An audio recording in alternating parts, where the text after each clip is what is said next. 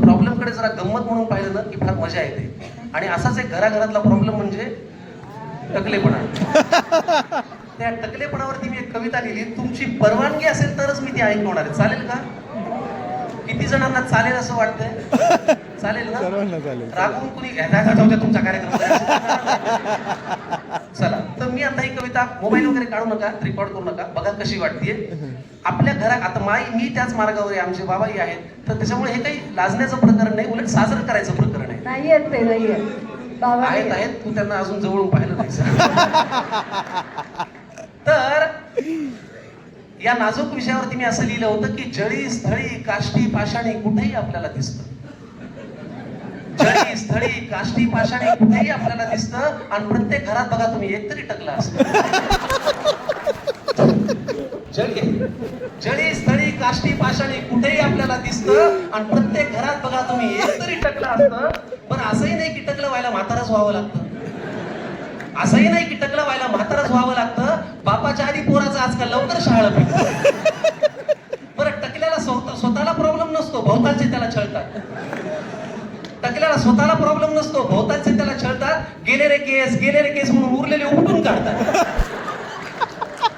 बरं, जेव्हा पडायला लागतं ना टक्कल आणि केस लागतात गळू, जेव्हा पडायला लागतं ना टक्कल आणि केस लागतात गळू, वेगवेगळ्या आकारात उघडी पडते ही गुळगुळी टाळू. काहींच्या अगदी दर्शनीय भागात अशी तारेची घासणी उरते.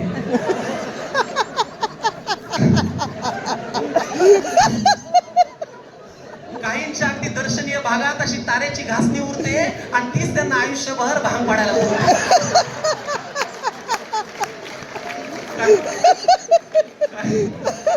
अरे बापरे. काहींच्या अशी दर्शनीय भागात अशी तारेची घासणी उरते, तीच त्यांना आयुष्यभर भांग पाडायला पुरते. काहींना मागे खड्डा जणू विहीरच खणली जाते. काहींना मागे असा खड्डा जणू विहीरच खणली जाते. काहींचं घर जातं पडून फक्त कंपाऊंड वालच राहते.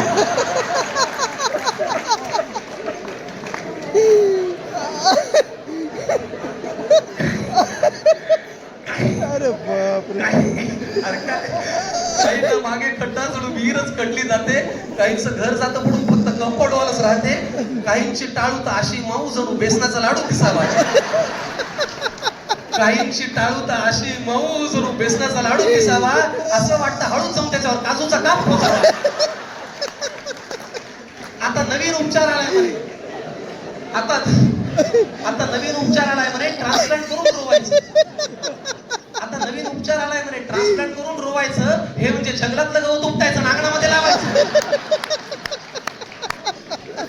हा, लाखो रुपये खर्च करून रूप पैशात का मोजायचंय?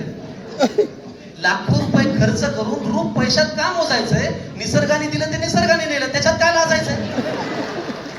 पण काहींच्या आयुष्याचे प्रश्न मात्र टक्कल पडल्यावर सुटतात आणि काही ठार येडे सुद्धा केस गेल्यावर उगीच बुद्धिमान वाटतात.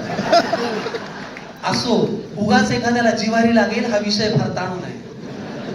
उगाच एखाद्याला जिव्हारी लागेल हा विषय फार ताणू नये. आणि कितीही म्हणावं वाटलं टकल्याला तरी ये टाकले असं म्हणू नये.